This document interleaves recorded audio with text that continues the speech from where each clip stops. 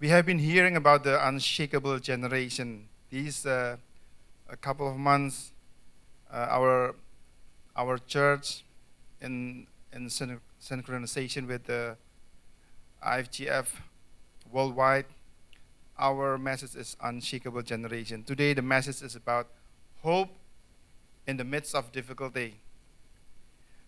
We are a mission church. Our main theme in the next few years is church planting. All resources and efforts are geared toward mission. The single most important thing for us is the redeem. This church planting is in parallel with the Great Commission. But today, our sermon this morning is about hope. Hope in the midst of difficulty. And we put the voice of hope in our house, in everywhere, as a reminder, everywhere in our homes, at our fridge door, our cars, our screensavers. And even in our restrooms, Gretchen's and Daniel's house, when we go there from time to time for a prayer meeting, she puts the voice of hope in the restroom. And this is what it says. Life isn't about waiting for the storm to pass. It's about learning to dance in the rain. So this is the voice of hope. That's why when we go there, we have a prayer meeting. Sometimes we take quite a long time in the restroom because it looks like the host wants us to meditate about this voice of hope.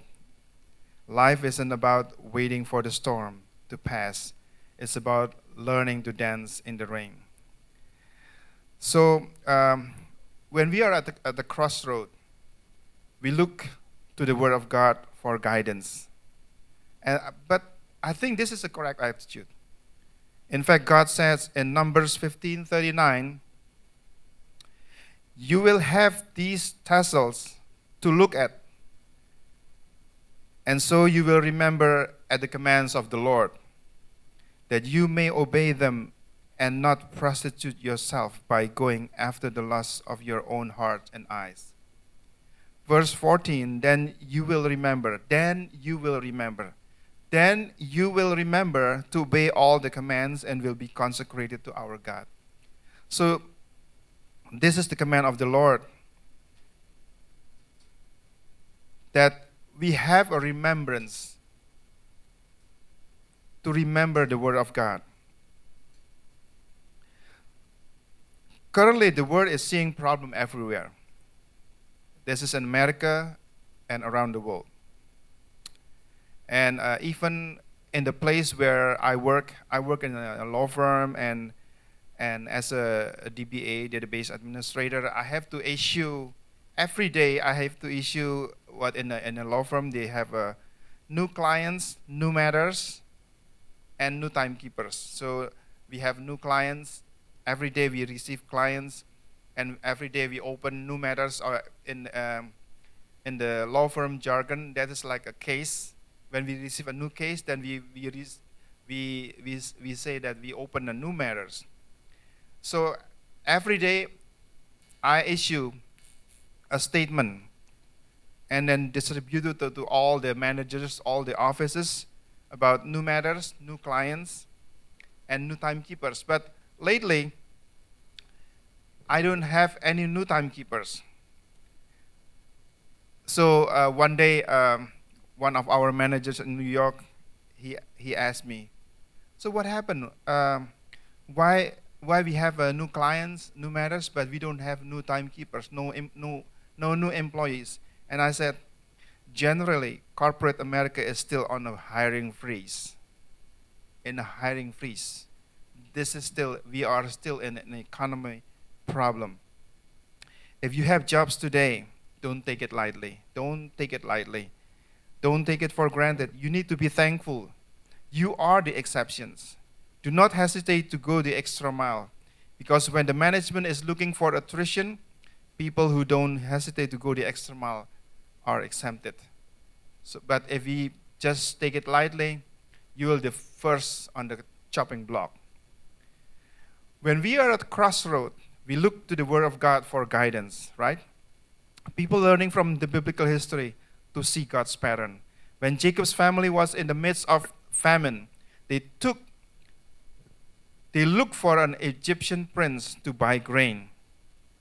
We learn from the Bible how to survive the famine.